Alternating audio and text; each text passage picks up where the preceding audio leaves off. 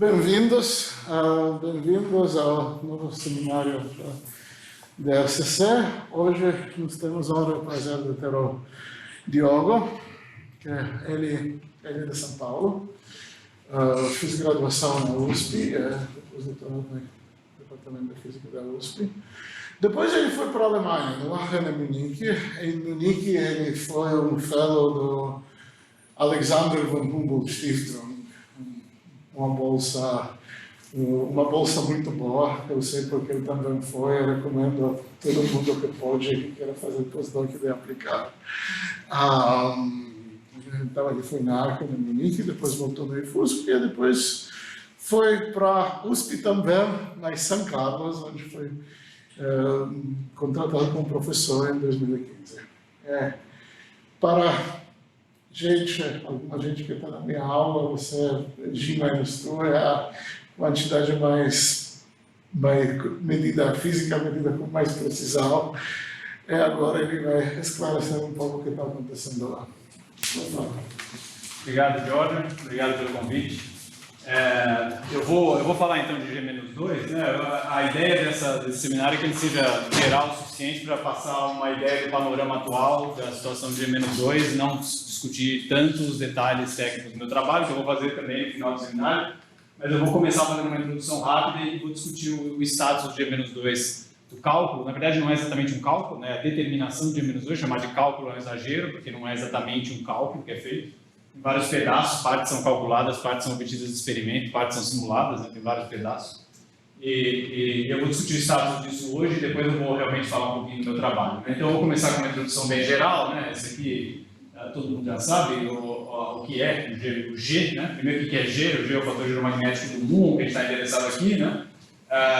Claro, existe para outros, para qualquer Fermi, inclusive próton, né? Você pode discutir isso aí. E a previsão da equação de Dirac, que G tinha que ser igual a 2, que na época já era um negócio muito importante, chegar a esse resultado, né, teoricamente, através da equação de Dirac, mas a revolução dessa coisa começou em 48 com Schwinger, quando ele calculou a primeira correção a G, né, em QED. Né? A primeira correção a G em QED, ela pode ser escrita dessa forma aqui, 2, né, multiplica 1 mais A, e esse A é o tal do momento magnético anômalo, que é essa diferença de G com relação a 2, uma diferença relativa, né, G menos 2 dividido por 2. Né?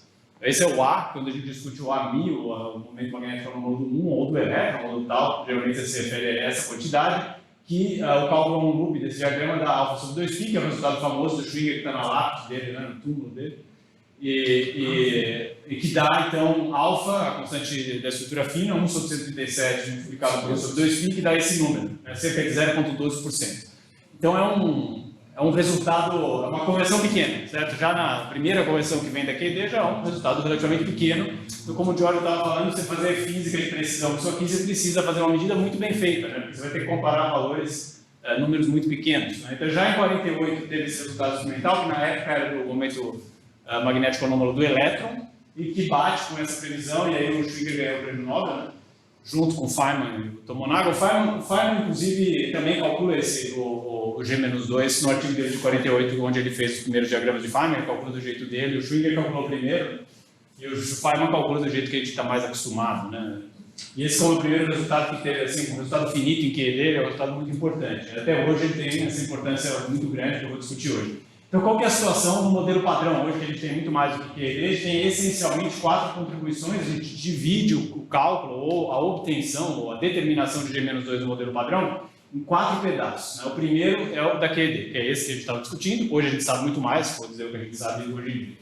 Depois tem a parte eletrofraca, que é troca de bóson Z, W, e também o Higgs, entra nesse pacote.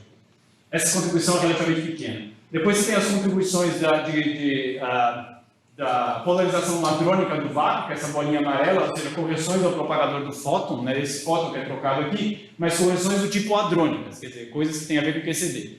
Aqui tem conversões também a esse propagador, mas elas são puramente QED. Se for só trocar um elétron, fazer uma bolinha aqui de tal, isso aí fica naquele diagrama lá. Então, a gente separa o diagrama dessa forma, e tudo que for hadrônico, QCD, entra nessa bola amarela, e esse aqui também é a parte da contribuição hadrônica ao que a gente chama de espalhamento luz pela luz, porque você tem 4 pernas de fótons, né? É uma coisa que está relacionada ao espalhamento fóton-fóton e fóton-fóton. São esses 4 pedaços aqui E claro, pode ter outras coisas, né? Você pode trocar partículas mais pesadas, que é a escala eletrofraca, isso aí daria algum tipo de contribuição, então essa possibilidade existe também, você pode colocar qualquer modelo que você quiser aqui e ver quanto se ele altera ou não G-2. No nosso caso, no caso desse seminário, eu estou interessado na determinação do modelo padrão, para saber se existe alguma tensão no experimento ou não. O experimento é esse é o experimento atual, né? Esse é o anel onde eles fazem os muons circulares, e os muons vão decaindo, né? E é através do decaimento do muon que eles determinam G-2.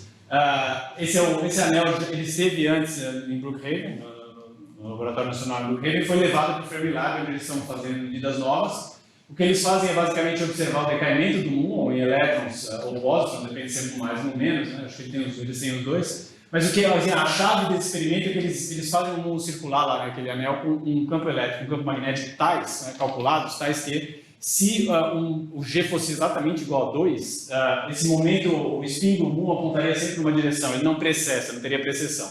Então eles calculam esses campos elétricos magnéticos de modo que se esse spin desalinhar, é porque G não é 2. Então qualquer efeito que eles medem já é de G menos 2. Então eles já medem G menos 2 diretamente, eles não têm que medir G e depois subtrair 2. Se tivesse que fazer isso, ia ser impossível, né? Eles têm que fazer um modo de atacar G menos 2 direto, porque é uma grandeza muito pequena. Então essas oscilações do número de contagens de pósitrons ou elétrons que eles detectam, essas oscilações são devidas ao fato de que esse spin acaba desalinhando porque G não é exatamente igual a 2. Se fosse igual a 2, não desalinharia e não oscilaria essa contagem do número de elétrons e pósitrons no decaimento do mundo.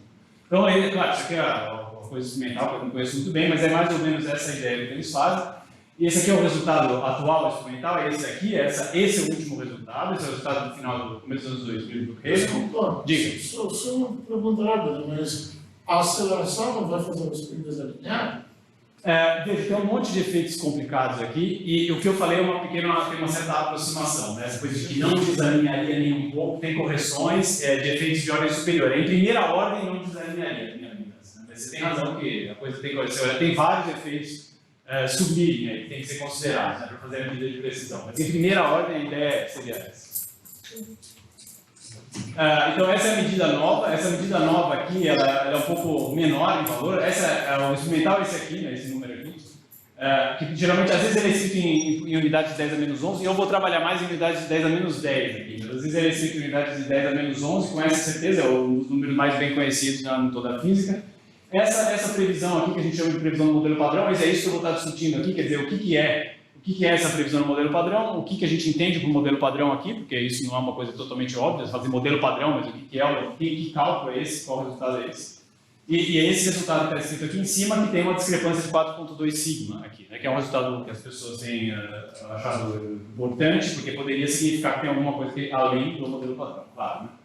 Então, qual que é a situação do modelo padrão? A situação do modelo padrão ela é em grande medida, determinada pelo trabalho dessa iniciativa teórica de G-2, que, como tem escrito uma espécie de artigo de revisão, né, a cada 2, 3 anos. Essa é a versão de 2020, vai ter uma esse ano nova, né? Então, é um grupo de tipo um mini PDG que faz um esforço de ver o que foi publicado e tal, e tentar dar uma recomendação do que seria o valor do modelo padrão, né?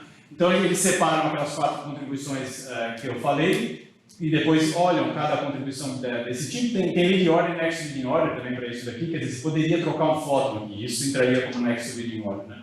Mas as contribuições dominantes são todas leading order, em ordem dominante, né? Então, a gente tem aqui esse resultado do modelo padrão com essa certeza de 43 unidades de 10 menos 11. Então, só para dar uma ideia da situação de QED, né? QED hoje é algo que a gente está totalmente sob controle, a gente tem o resultado completo até alfa quarta, esse alfa aqui esse aqui é o resultado do Schwinger, né?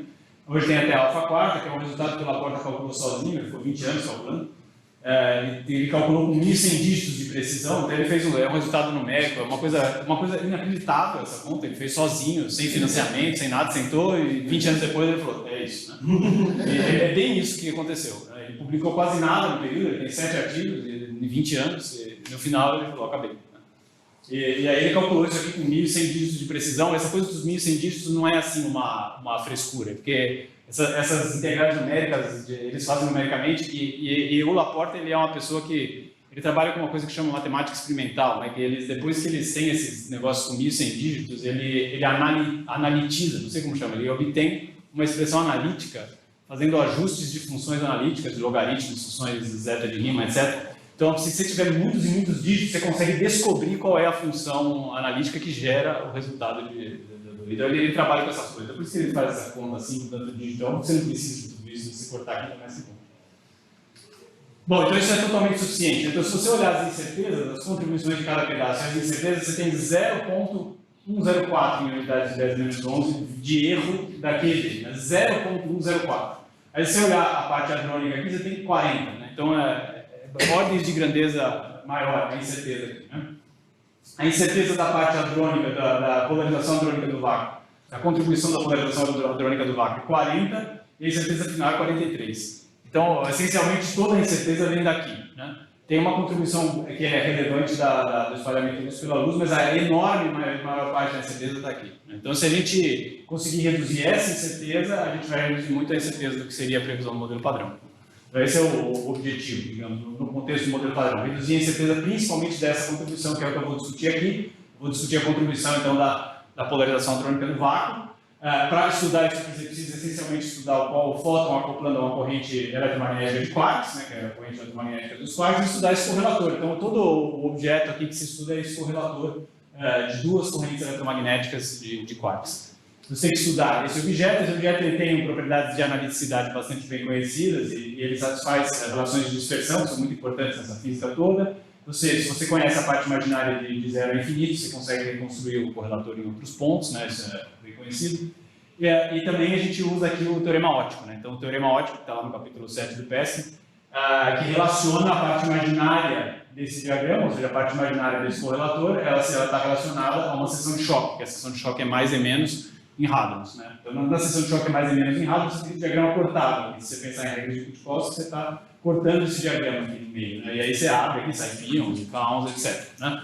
Então, essa relação aqui é usada para obter a parte imaginária de dados experimentais. A gente não consegue fazer teoria aqui, consegue, mas só em alguns regimes de energia. A gente não consegue fazer teoria em baixas energias, porque isso aqui envolve quarks, então tem que trocar gluons, e a teoria não permite que você trabalhe perturbativamente a baixas energias. Então, a gente tem que fazer, de alguma forma, tem que usar experimento. Não tem como, a não ser que você faça QCD na rede, que é a próxima opção que eu vou discutir aqui. Não dá para fazer só QCD perturbativa. QCD perturbativa só vale para energias bem mais altas.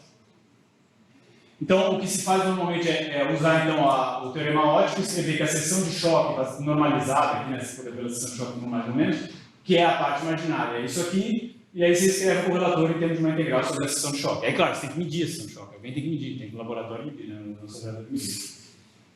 Se você sabe essa grandeza, você consegue calcular a contribuição da polarização hadrônica do vácuo como uma integral sobre esse R aqui, que são esses dados, com um peso. E esse peso é um peso que tem um peso devido à integral de lucro que você tem que fazer, ele vai morrendo, então a parte de energias mais baixas tem peso maior. Então você precisa conhecer melhor o que está em energias mais baixas. Esse é mais um problema, quer dizer, quanto mais baixa a energia, mais importante. Então você precisa conhecer muito bem os canais de 2 π, os 3 π são os primeiros canais que abrem.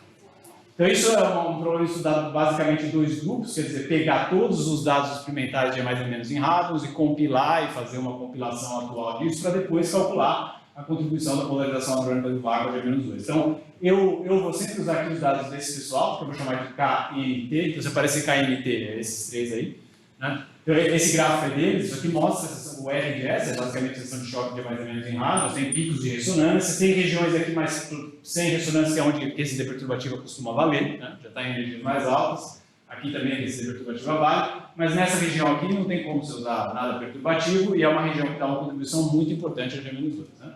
Então aqui nessa região você tem que somar sobre um montão de canais, então um monte de canais são medidos, você tem que fazer a coisa inclusiva, tem que considerar todos os canais, todas as contribuições. Nessa região você também tem que fazer isso, mas os experimentos já te dão resultados inclusivos, mas depois você tem que combinar o resultado experimental de vários experimentos usando um algoritmo complicado, e aí você chega, é um negócio complicado, isso é a ideia de dizer isso aí, né? Por isso que só tem dois grupos que fazem esse trabalho, é um trabalho sujo, digamos, você tem que pegar milhares de dados, é uma coisa, um trabalho horroroso, é uns artigos enormes, sabe? E daí eles conseguem obter, e é fazer essa integral através desses dados azuis, que é o que a gente chama aqui de modelo padrão. Então, nesse gráfico, quando eu falo modelo padrão, para a contribuição HVP, quer dizer, polarização hadrônica do vácuo, o que está sendo usado é a integral sobre esses dados aqui. Tudo bem? Então isso eu quero chamar de modelo padrão em 2020, né? Isso mudou um pouco agora, então na próxima review da iniciativa teórica de G-2 vai ter que mudar um pouco isso, porque a situação mudou, né? Nesse meio tempo. Então, só para concluir essa parte, essa abordagem que a gente chama de abordagem dispersiva, porque é baseada numa relação de dispersão, essa abordagem dispersiva tem problemas já, né? O problema principal é o canal dos espinhos, que é o canal que domina, e tem experimentos, por exemplo, Babar, Chloe e agora CMD3, que são bem conflitantes. Então, se você troca de um experimento para o outro, quer dizer, geralmente o que se faz é uma espécie de média, esse pessoal faz uma média. Mas se você simplesmente, em vez de fazer média, fala, vou pegar o Chloe, vou pegar o CMD3 aqui, esse resultado muda muito. Se você trocar para CMD3, por exemplo, isso aqui pula para cá, né? E está resolvida essa discrepância aqui. Então, é muito importante entender qual desses experimentos está correto. Esse resultado é novo, todo mundo estava esperando esse resultado para ver se eles iam decidir se Babar ou Chloe estava certo, eles pegaram e falaram, não é nem A nem B, é C. Então, assim, é uma situação bem complicada, ninguém sabe o que está acontecendo direito, né? Esse é um dos primeiros problemas aqui, né? Então, na prática, isso aumenta o erro, né? Você tem que dar uma aumentada no erro para... Né? Esse resultado não está no verde ainda, né? Porque ele é posterior, ele é de 2021, isso aqui é de 2020, 2022, acho. 23, desse ano. Então esse resultado é novo, não está no verde. Então o verde, esse gráfico que vocês talvez já tenham visto, é tudo situação de 2020, né? Então já mudou um pouco. Outra abordagem possível para você obter a contribuição hadrônica à polarização do vácuo é aquecer na rede. Aí você faz uma coisa bem diferente, você simula tudo no computador, né? Não vai fazer o cálculo exatamente perturbativo. Você coloca essas correntes eletromagnéticas lá para simular na sua ação da rede discretizada, e o que você obtém é essa função C de T aqui, essa função C de T que está relacionada ao correlator, claro, mas tem que o horizontal interessado nesse correlator. E assim, então você tem que fazer uma integral lá para passar dos dados de C de T, que é essa função aqui, para os dados do correlator. Mas se você fizer isso, você consegue escrever o AMI. Então o AMI ele é uma integral sobre os dados de C de T, né, obtidos na rede, com outro peso. Não é exatamente o mesmo peso, mas é um peso que está relacionado por essa relação aqui, aparece essa função que está aqui na frente.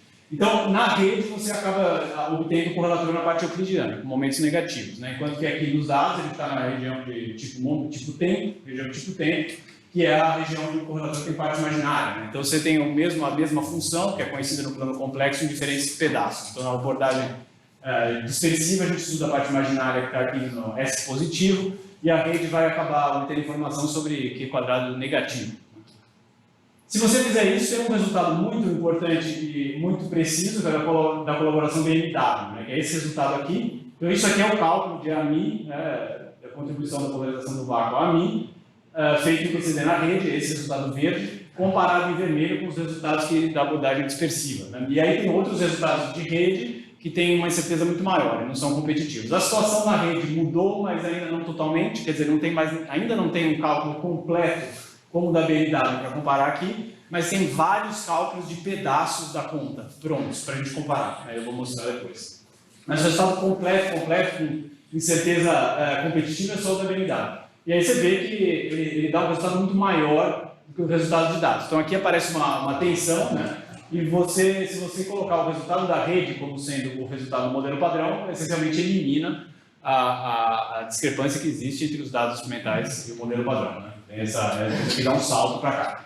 Agora, existe um problema aqui que é você entender por que isso está acontecendo, né? Por que a rede obtém um negócio diferente dos dados. No princípio, a rede faz QCD e os dados deveriam ser QCD também, né? Embora sejam dados experimentais.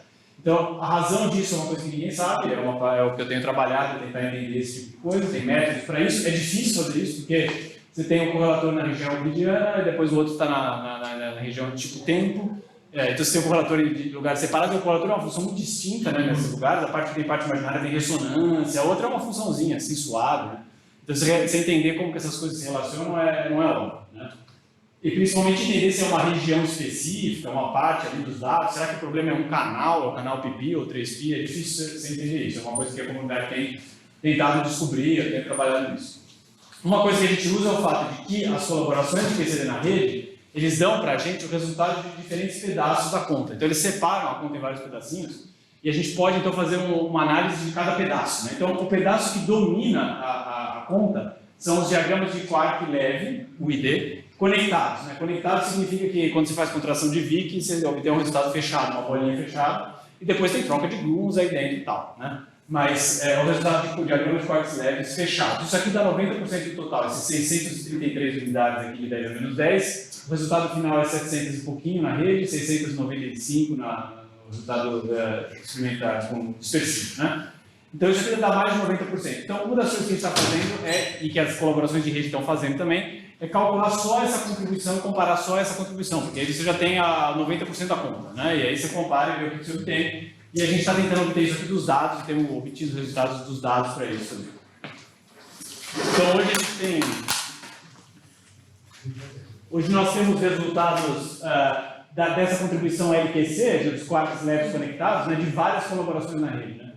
Os resultados não são meio assim, alguns têm certeza grande, o da BMW domina, o que tem a certeza menor de todas. E tem também para outras contribuições contribuições desconectadas mais quark S. Então a gente vai olhar esses resultados aqui daqui a pouco mais detalhe, porque a questão é se a gente consegue obter isso daqui usando dados experimentais. Que é um negócio que não é óbvio, porque os dados experimentais têm tudo, todos os diagramas, todos os quarks estão lá dentro, mas dá para você dar um jeito de extrair um pedaço da conta dos dados. É isso que eu vou discutir agora. Então como que você obtém isso daqui dos dados? Só a contribuição de quarks leves conectados dos dados.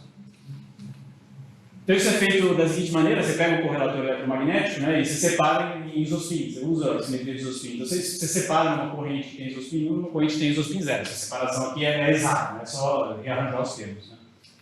Então se você fizer isso, na hora que você calcula aquele correlator, você vai ter um valor esperado no vácuo, por exemplo, aqui da parte de isospin 1, e tem um sinal de menos aqui. Né? Então por que tem esse sinal de menos? No limite de isospin, a hora que você faz as contrações de Wick, os diagramas desconectados todos se cancelam. Você fica só com o diagrama conectado. Então isso aqui já te dá um resultado, que é a componente de isospin 1 é puramente quark leve conectado. Então tem uma relação entre os canais de isospin e qual que é a corrente de quark que gera aquele canal. Então se você sabe o isospin do canal hadrônico, você tem informação sobre qual quark que gerou aquilo lá, né? Então se você olhar depois a parte de isospin 0, é tudo sinal mais, aí você tem um pedaço que é quark conectado e um pedaço que é quark desconectado. O que a gente chama de desconectado, né? Na realidade, você pode imaginar que tem gluons mudando aqui, né? Mas quando você faz a contração de Wick, você está fazendo o quark U, quark U, quark D, quark D, né? Depois vai ter uns gluons que vai grudar aqui no meio, né? Mas ele originalmente é um diagrama desconectado. Né? Então você tem essa coisa aqui, ela já te mostra que deve ter alguma combinação de isospin 1 com isospin 0 que te mata os diagramas de quark conectados. Basta você pegar 1 sobre 9 disso daqui, né? Com sinal de menos, aí você soma com isso aqui e cancela, 1 sobre 18, você vai ter um negócio que é puramente desconectado, mais os quarks S. Então, se você tiver uma separação em isospin dos canais, você já consegue, então, ter informação experimental sobre essas contribuições diferentes. E se você estiver interessado na parte de quarks conectados, basta estudar isospin 1. E aí tem que colocar um fator 10 sobre 9 na frente. Então, a gente fez isso exatamente, isso é uma coisa que a gente tem feito ultimamente. Esse trabalho tem vários pedaços, né? Você começa pegando todos os canais que têm paridade G bem definida. São vários canais que estão tabelados nesses trabalhos que eu falei do KNT, por exemplo, né? Então tem vários canais que têm paridade G positiva, ou que têm negativa, e aí você já consegue atribuir eles a isospin 1 ou 0. Isso já facilita a sua vida, mas não acaba o problema, porque tem vários canais, KK pion, KK 2 pion, etc., que não tem como você saber qual a corrente que gerou, né? Então você fica numa situação mais complicada. Então aqui, para você fazer uma coisa competitiva que tenha boa incerteza pequena, é preciso usar a informação externa, de decaimentos do tal, análise de Dalits, de mais e menos, para tentar determinar se o KK tem quantos por cento do KK vem da corrente de isospin 0, quantos por cento do KK vem da corrente de isospin 1. Né? Então essa é a questão que a gente tem que responder. E tem alguns canais que não tem como, não tem informação suficiente para dizer isso, são esses canais aqui menores. Nesse caso a gente simplesmente fala que é 50-50. 50% de isospin 1, 50% de isospin 0, põe 100% de erro e uma correlação de menos 100%, porque se um sobe, o outro desce, se um desce, o outro sobe, né? Porque a gente não sabe, fala 50-50, mas se for um pouco maior esse tem que ser menor, porque o total tem que se manter. Então a gente faz essa abordagem aqui conservadora para os canais que a gente não conhece. A gente tem esses dados separados para o canal até cerca de 2 GeV, e depois a gente usa QCD perturbativo. Né? E depois tem que fazer pequenas correções de isospin no resultado final. Mas a ideia geral é essa. Eu vou mostrar um canal ambíguo, que é o canal KK, mais detalhe. O canal KK tem uma contribuição de 36 unidades de 10 a menos 10, a mim. A gente não tem, em princípio, se a gente não tivesse nenhuma informação, a gente falaria que é 50%, 50%, isso daria 18, mais ou menos 18. Né? Esse 18 mais ou menos 18 seria um resultado desastroso para a gente, porque 18 unidades de incerteza já elimina, o trabalho já não tem interesse, porque a gente tem que conseguir um negócio com uma unidade de incerteza no máximo, uma, duas, para competir com a rede. Senão a gente vai ter uma barra de erro assim, os resultados da rede vão estar lá e vai ser compatível com tudo e qualquer coisa, a gente não vai poder dar informação nenhuma a mais. Então, o que a gente faz é usar o espectro do tal em kk barra, porque o espectro tal kk barra é puramente isospin 1, porque a corrente no tal é UD barra, que é puro isospin 1, não tem nada de isospin 0, a gente sabe disso. Então, se você usar isso daqui e fizer uma rotação para o isospin, basicamente para ir mais ou menos em kk barra, você obtém informação sobre a contribuição de isospin 1, que é bem pequena nesse caso. Então, se você fizer isso, você descobre que tem um pouquinho de isospin 1 lá dentro desse 36, um montão de isospin 0 com uma incerteza bem pequena. Então, você passa de 18 de incerteza para 0,3, fazendo esse trabalho aqui. Então, depois que você faz isso em 2 ou 3 canais, você já está numa situação bem competitiva. Aí basta somar todos os isospin 1, multiplicar por 10 sobre 9 e você obtém uma estimativa da contribuição de quartos conectados, né? Então, tem que colocar a parte de QCD perturbativa, essa situação de QCD perturbativa a partir de 2G, a linha aqui é QCD perturbativa, e você tem dados, né?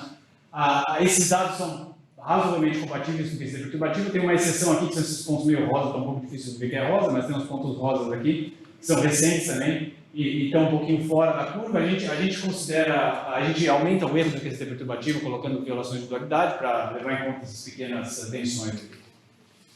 Então, se a gente fizer isso, a gente obtém então a contribuição de quartos leves conectados e a contribuição de quartos leves desconectados. A gente pode comparar com os resultados da rede. Os nossos resultados são baseados puramente em seção de choque mais e menos em hardware. Os resultados baseados em dados e abordagem dispersiva, né?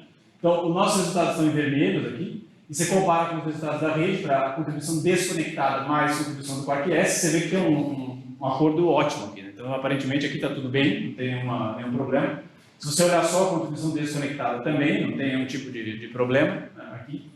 Mas aí, se você olhar a parte de quarks leves conectados, a coisa começa a ficar um pouco mais complicada, porque você vê aqui que você tem a melhor determinação que a gente tem dos dados é essa, o melhor resultado da rede é BMW e tem uma certa tensão aqui, né? Então, isso aqui indica, assim, de maneira não muito conclusiva, que tem uma tensão entre dados e QCD na rede. Isso aqui é uma média dos resultados da rede, uma média feita de maneira meio ingênua, mas que mostra que se você fizer uma média, você obtém um resultado diferente. Eu vou mostrar um resultado bem mais interessante do que isso, mas isso aqui já indica que tem alguma coisa estranha acontecendo. O resultado da rede parece ser realmente diferente do que o que a gente obtém dos dados, né? Então, para você fazer uma análise mais detalhada disso, tem um método chamado método das janelas, que é um método no qual você, em vez de fazer a integral que te dá a mi direto, você coloca uma função peso aqui, né? E você constrói um certo número de funções peso, no caso 3, esse método aqui tradicional que é a RBC, o KCD, essa colaboração sugeriu em 2018, eles colocam 3 janelas cuja soma é 1. Então a soma desses 3 dados, funções peso, é 1, vai dar 1. Então isso quer dizer que se você somar a integral feita com W1, W2, W3, você vai obter simplesmente a mi, né?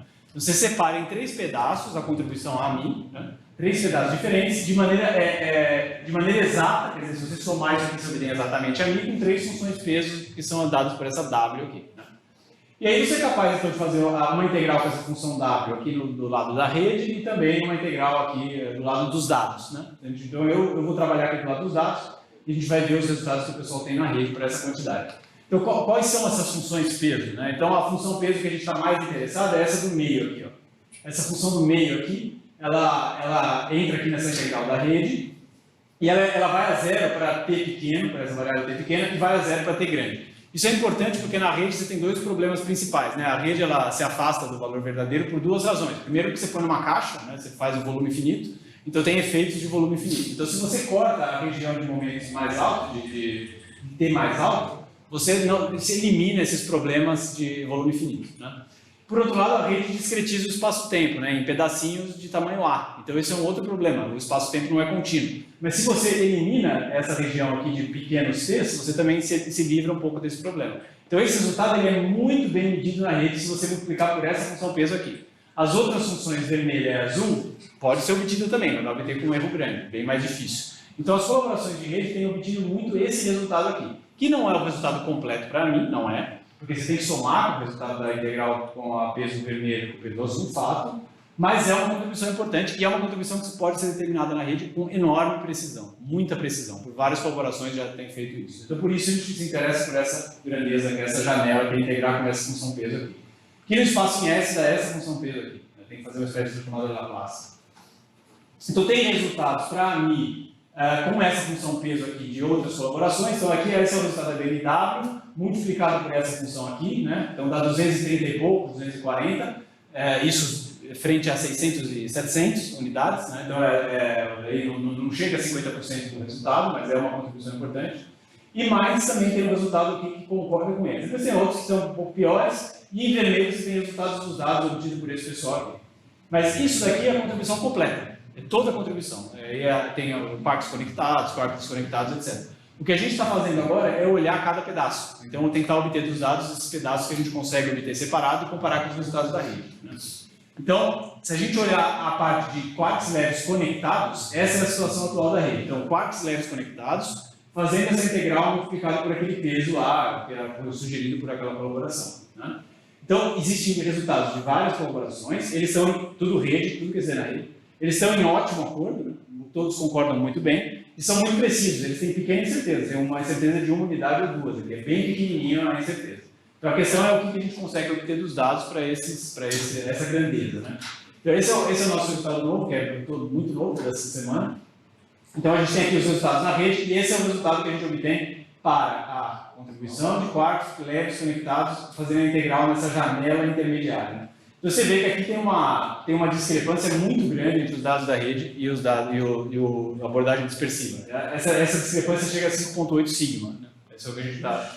Então, isso aqui mostra duas coisas, né? Primeiro, o problema da discrepância dos dados da rede com os dados com o que a gente obtém da abordagem dispersiva vem em grande medida da contribuição de quarks leves conectados, né? Então a gente consegue assim determinar de onde vem o problema. Aí por que isso acontece ninguém sabe ainda, né?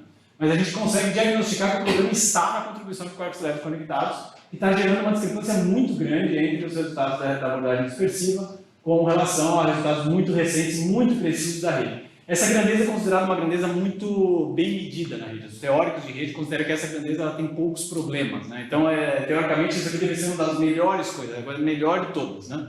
E aí, quando a gente faz a gente obtém isso dos dados, que também é um negócio bastante sólido, com uma certeza bem pequena, a gente está vendo essa discrepância bem grande aqui aparecendo. Então a gente tinha um problema que eu mencionei, diga. BMW é Budapeste Wuppertal? Isso, Budapeste Marseille Wuppertal, né, que é Marseille, que é o Laurent Lelouch, né, que trabalha em Marseille, que é o amigo lá do Fórum. O pessoal, eles são muito bons, né? O pessoal da BMW estão sempre na frente, foram eles que calcularam os Mas specs. aqui são todos mais ou menos... Está tudo mais ou menos, mas sim, mas eles são de 2020, né? O pessoal está chegando agora, né? Eles acabaram muito antes dessa conta, muito antes, né? E veja que tem gente ainda com certeza, assim, demorou anos a mais para chegar na certeza deles.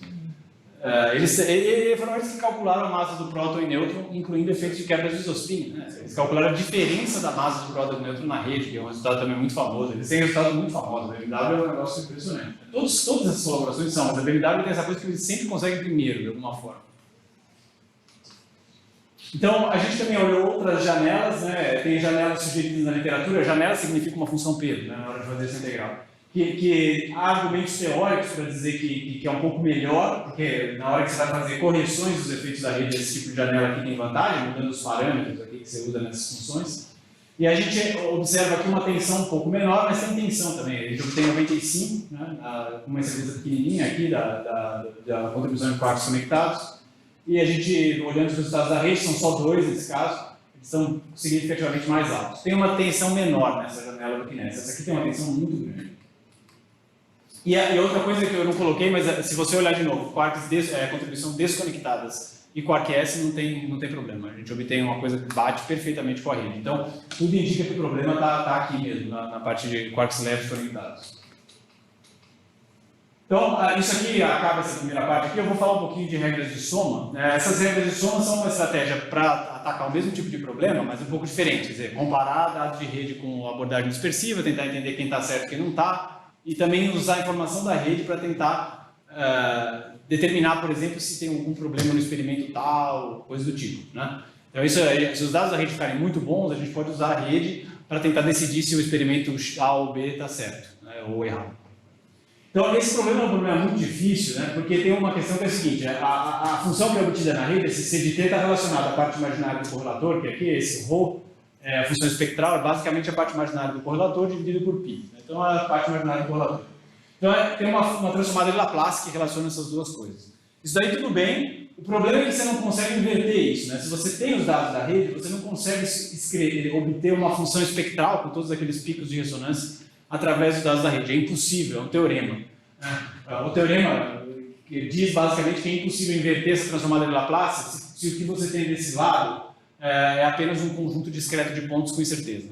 Então, se você tivesse a informação total completa, uma função contínua, você poderia inverter e fazer a transformada inversa de Laplace. Mas como você só tem uma coleção de pontos isolados, é impossível inverter isso aí. Então, a gente tem que usar outros métodos. E o método que existe, que é possível, que não é que o teorema não proíbe, é você fazer integrais. Se você integra os dados da rede com uma certa função peso, que é isso que a gente já vem fazendo, né?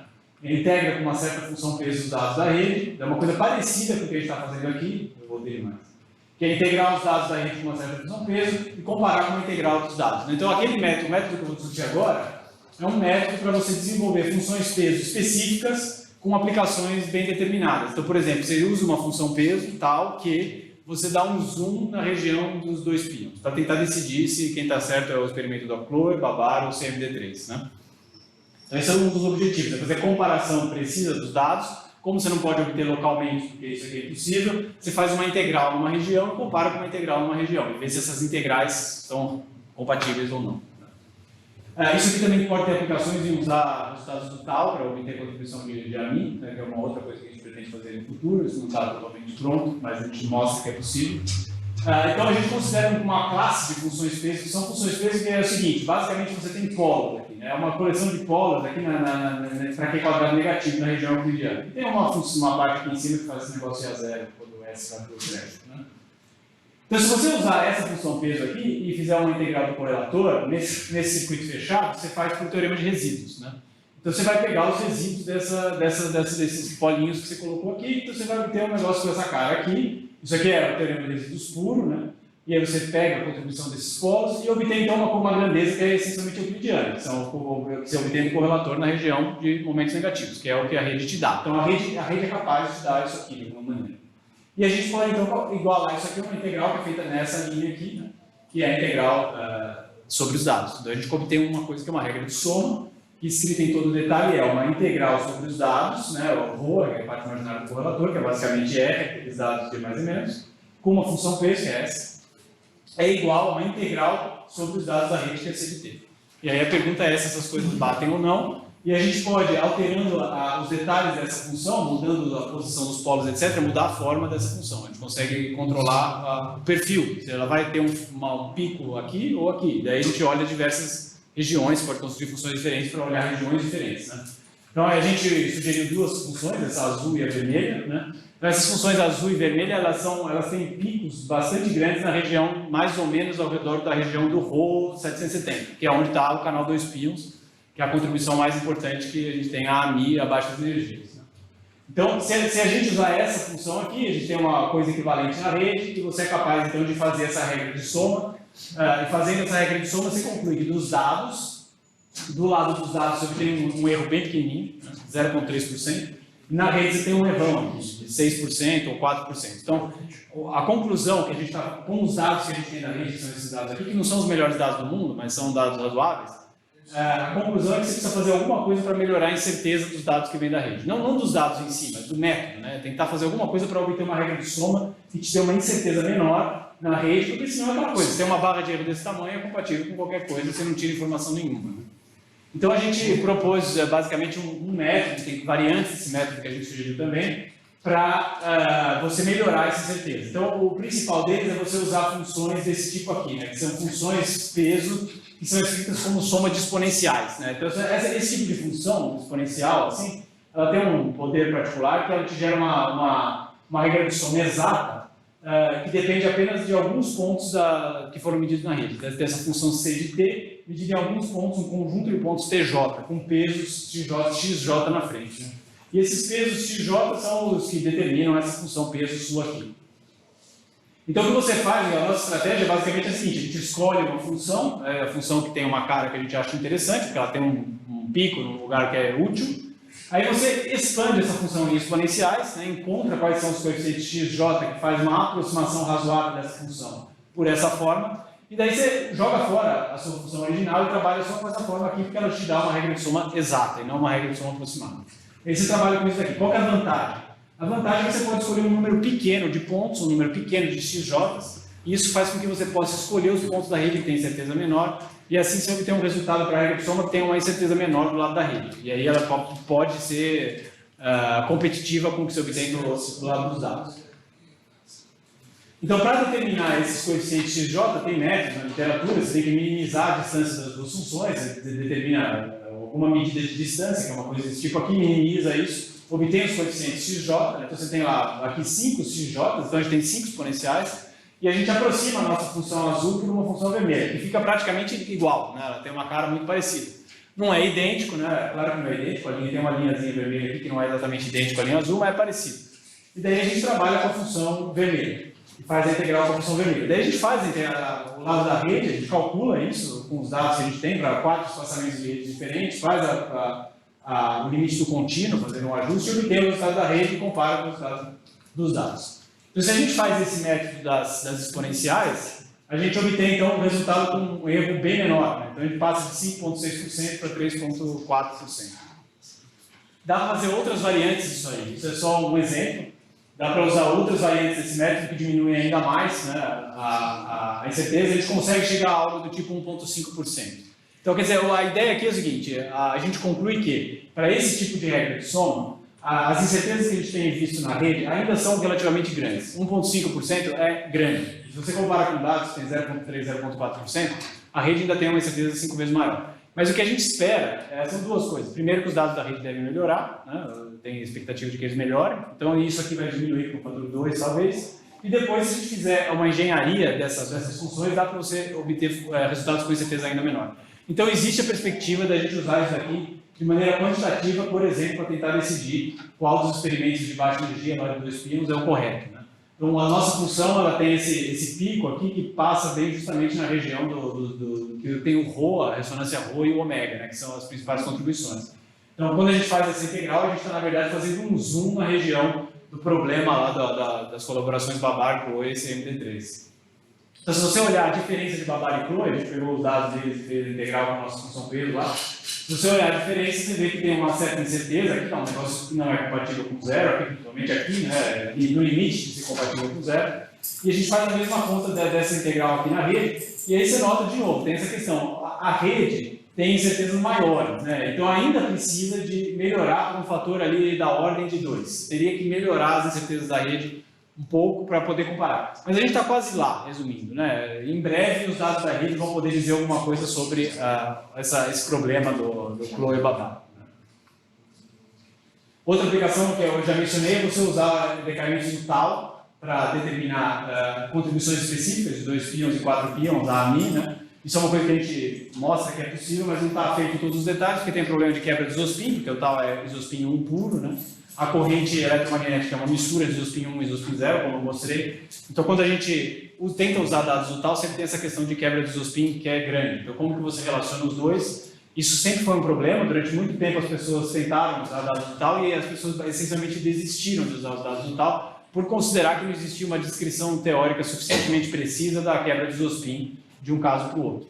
Hoje, a situação está mudando. Por que a situação está mudando hoje? Porque agora a gente tem colaborações de QCD na rede que estão calculando justamente as contribuições de quebra de isospin. Então, a nossa expectativa é que a gente deve ter um conjunto de dados de CDT da rede só para a contribuição de quebra de isospin em breve. E aí, você tendo isso, você pode fazer essas integrais desse tipo aqui, com os dados, e depois corrigir por isospin usando os dados da rede. E aí, se você fizer isso, você pode usar dados do tal, né, faz a integral sobre os dados do tal de 2 pions, que não é igual, é mais e menos, mas está relacionado por isospin. Você faz a integral lá dos dados do tal, corrige com a correção da rede, e aí você obtém uma nova determinação de AMI, que é baseada em dados do tal, mais dados da rede para quebra de isospin, e não baseada só em imagens. Claro, uma coisa que a gente pode fazer também é juntar as duas coisas que eu descrevi, né? Então, é tentar obter a contribuição de quarks leves conectados, né, a esses momentos aqui. Isso é uma coisa que a gente começou a fazer agora.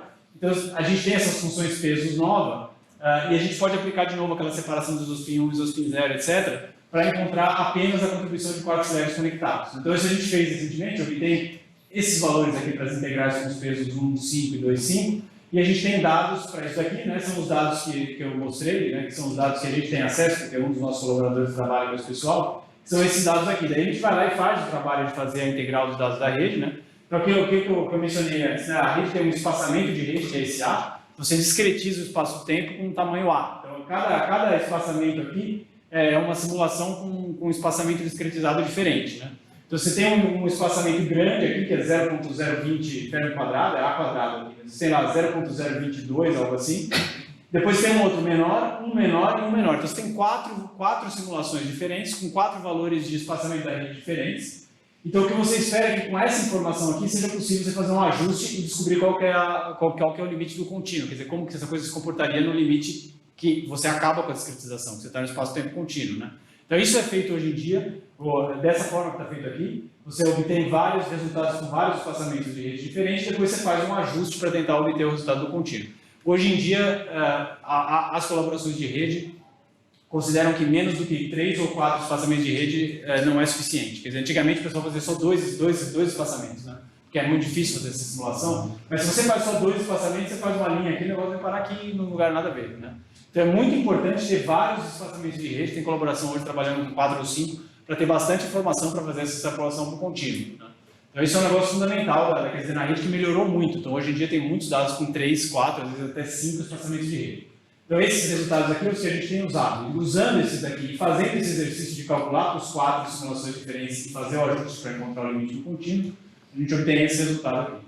Que é diferente desse daqui que vem dos dados, por 3, 2, 5. Não é uma tensão enorme, mas de novo mostra que a gente sempre obtém um resultado maior do que o que a gente obtém dos dados. Então, de novo, aqui não é 5 sigma, como no caso daquela outra função peso, que, né, quer dizer, tudo são os mesmos dados, mas você põe funções de peso diferentes e enfatiza diferentes regiões de energia e tal, né?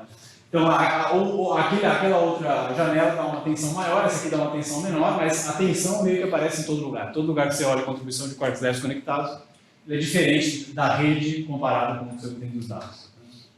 Então, isso aqui é basicamente o que eu tinha para falar.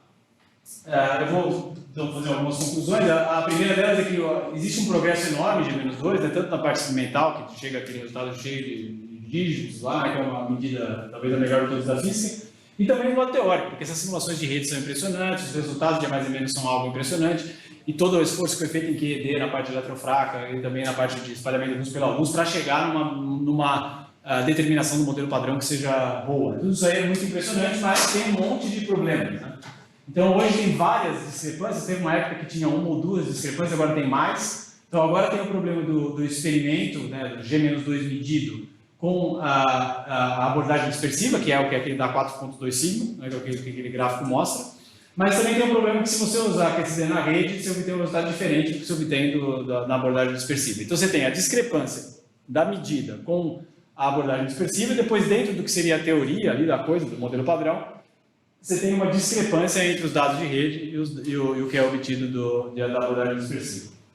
Depois, se você olhar dentro da abordagem dispersiva, tem os problemas dela, né? Que é saber se os canais de 2 pions, por exemplo, tem situações discrepantes entre os experimentos. São várias tensões que têm que ser resolvidas nos próximos anos, se tudo der certo, para chegar a uma determinação nova, tentar entender quem está certo e quem está errado, o que aconteceu aí, que deu essa discrepância, essa coisa diferente, e tentar então decidir qual é a melhor determinação de G-2 do modelo padrão, para depois decidir se tem alguma possibilidade de ter física nova ou não ali, né? Então isso aqui vai existir bastante trabalho, né, no futuro recente, principalmente usando essas janelas. Esse é um método que tem sido muito usado, e regras de soma, esse tipo de regra de soma também tem sido sugerido por mais de um grupo, e com o objetivo então de usar esse tipo de método para resolver esse tipo de discrepância. Tem discrepância também na questão perturbativa, né, na região de energia intermediária, que eu mostrei aí, né? Tem algumas discrepâncias com alguns experimentos também. Bom, então esse ano deve ter resultados novos de G-2, então a gente deve estar esperando no verão, deve sair em julho, né, verão do hemisfério norte, deve ter resultados novos do experimento, então deve ter alguma coisa vai acontecer, não sabemos se vai mudar para um lado ou para o outro, mas deve diminuir bastante a incerteza, porque eles estão prometendo que vai diminuir bastante. E também a iniciativa teórica de -2 tem um trabalho bastante difícil esse ano, que é tomar uma decisão, agora que tem esse monte de dados de rede e esses problemas todos, tomar uma decisão de o que vai ser a nova sugestão de o que é G-2 no modelo padrão. Porque antes era mais fácil, porque os dados da rede não eram tão competitivos, você não tinha que considerar. Pegava só a abordagem dispersiva e acabava a questão. Agora você tem a abordagem dispersiva que dá um resultado conflitante com os resultados da rede. Eu não sei exatamente o que vai ser feito aqui, né? Tem um encontro esse ano, vai ser discutido isso para tentar tomar algum tipo de decisão e fazer uma sugestão nova do que é o... Então, hoje, você perguntar o que é G-2 modelo padrão, eu não sei, porque tem várias possibilidades. Então, isso é uma coisa que está sendo discutida e seguramente vai ter uma review nova da iniciativa teórica de G-2 que deve sair esse ano. Então, essa é a situação atual, quer dizer, um monte de coisa que a gente não sabe, tem um monte de peça que a gente não sabe bem como encaixar. É isso.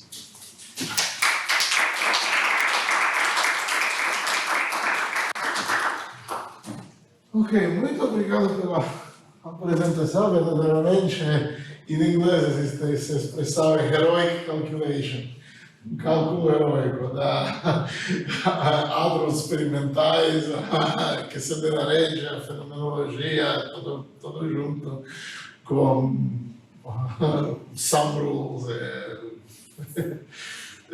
teoremas de análise complexa. Algumas perguntas? Tu costuma ter a redação lá no início, que é tal, entre um K com a barra, Sim. e tal. Mas, Apareceu lá, processo não, tem? O que tem? Quer dizer, o slide não vai ajudar muito, mas o que... Não, porque você assim, não é. Esse aqui. Quer dizer, isso aí vai pela corrente do D barra, né? Esse corrente do D barra produz um par SS barra, Tá. que hadroniza o S com o U e o S barra, não, o S barra com o U e o S com o D barra. Né? Tá. Você tem decaimentos do tal que tem estranheza pura também, mas daí não vai pela corrente do D barra, né? Vai pela corrente do S barra. Esse aqui deve ir pela corrente do D barra e produzir um par SS barra do vácuo. Tá.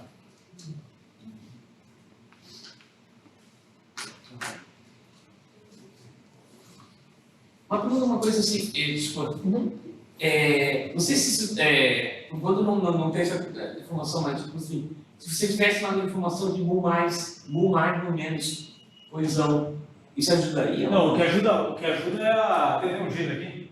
Aqui. Tem um experimento que eu pensei, eu tinha colocado na primeira versão do seminário, achei que ia ficar muito longo, por isso eu tirei. Mas tem um outro esforço que chama, um experimento chamado Muoni, você conhece esse aqui? Esse experimento, a ideia desse experimento é a seguinte, é estudar o espalhamento elétron-muon no canal T, porque aí você extrai a informação dessa função no canal T direto, quer dizer, com Q quadrado negativo, né? Então isso daqui está sugerido no CERN, né? Então é estudar o espalhamento elétron-muon para obter uma coisa totalmente ortogonal, informação experimental totalmente ortogonal sobre a função diretamente na região euclidiana para comparar com a rede, né?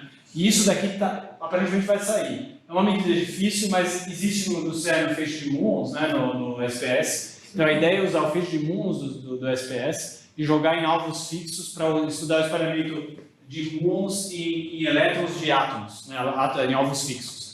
É isso. Isso está... Inclusive eu tenho trabalhado nisso também, na sugestão dos métodos de análise dos dados que eles vão obter. E a ideia é obter então, a função da região euclidiana direto e comparar com a rede direto. Então essa medida é muito importante, seria muito legal se ela saísse.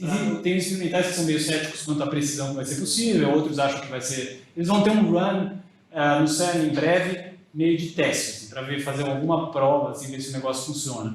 Mas é uma coisa que está saindo do papel e deve sair em breve, pelo menos algum tipo de resultado de teste, protótipo da coisa vai sair em breve. E aí você tem que ter informação direta do correlator na região euclidiana experimentalmente. Só uma pergunta sobre isso. Se você reverte o signo deles, em vez de um elétron vai ter positron ou antimuon, você vai ter um estado ligado, lá você pode medir, em vez de medir espalhamento, você está ligado.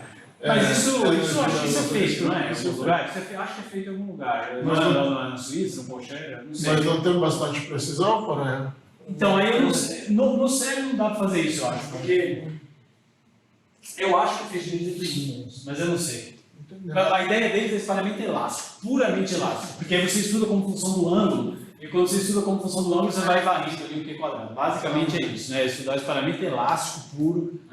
E claro, isso aí exige também uma descrição teórica do espalhamento num elétron, melhor do que a gente tem hoje, mas o pessoal está trabalhando em nexo linear, aquela coisa toda, tem uma descrição robusta. Elástica é puramente vetorial. Então a única coisa que você mede é a dependência da vetorialidade. Sim, é isso. É justamente isso. É o que me interessa aqui. Aí você mede. Aí tem um problema aqui que você tem que fazer a integral de zero a infinito, né? Então você não vai medir de zero a infinito, não tem como. Então, esse é o problema que a gente tem discutido, e eu tenho um trabalho que eu tenho feito com meus estudantes de doutorado que está em Barcelona, fazendo passando um tempo lá, que é estudar métodos para você fazer uma extrapolação dos dados. Porque isso vai ser fundamental, porque eles vão ter uns dados que vai acabar em algum momento, você tem que fazer integral até infinito. Então existem possibilidades, que uma delas é, sei lá, joga fora e pega a rede, troca por alguma outra coisa, e a outra opção é o método de extrapolação dos dados. Né? Tem várias sugestões. Alguma outra pergunta? Eu tenho uma pergunta ingênua na slide 13. 13.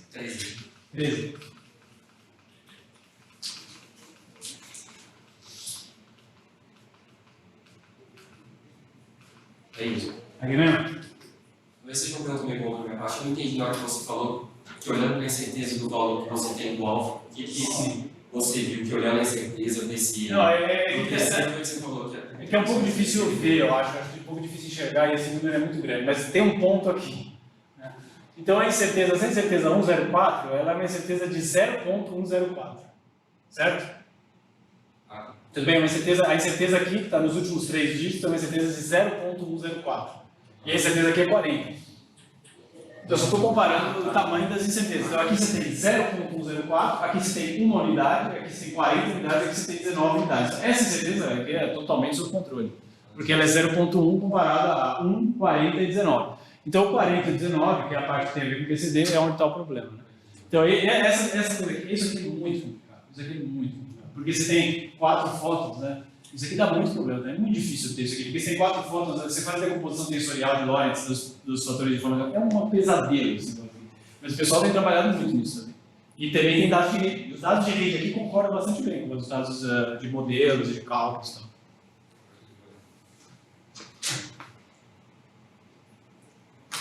Só para, já que você está no início, você teve isso, cara, o matemático do Bolonha experimental. O Laporte, certo? Laporte, sim. Sim, só para uma coisa, é um pouco estranho que ele usa um número puro aqui, multiplicado, isso aqui, 1.9, blá, blá, blá, blá, mas depois você tem alfa dividido para π, mas no fim, alfa é uma coisa que tem um running. Sim. Porque as duas coisas, as correções, se você vai para diagramas de Feynman mais complicados, com fótons que têm bolhas e coisas assim... Não, mas tipo, os logaritmos do running estão incluídos nessa conta. Porque você quer um resultado de 5 números, todos os logaritmos do running estão aqui dentro, e a hora que você vai colocar o valor de alfa aqui, você tem que pensar o valor que você coloca. Porque sempre vai colocar em running, claro. O valor de alfa que você coloca aí, você vai ter que pensar. Você tem que usar o running de alfa.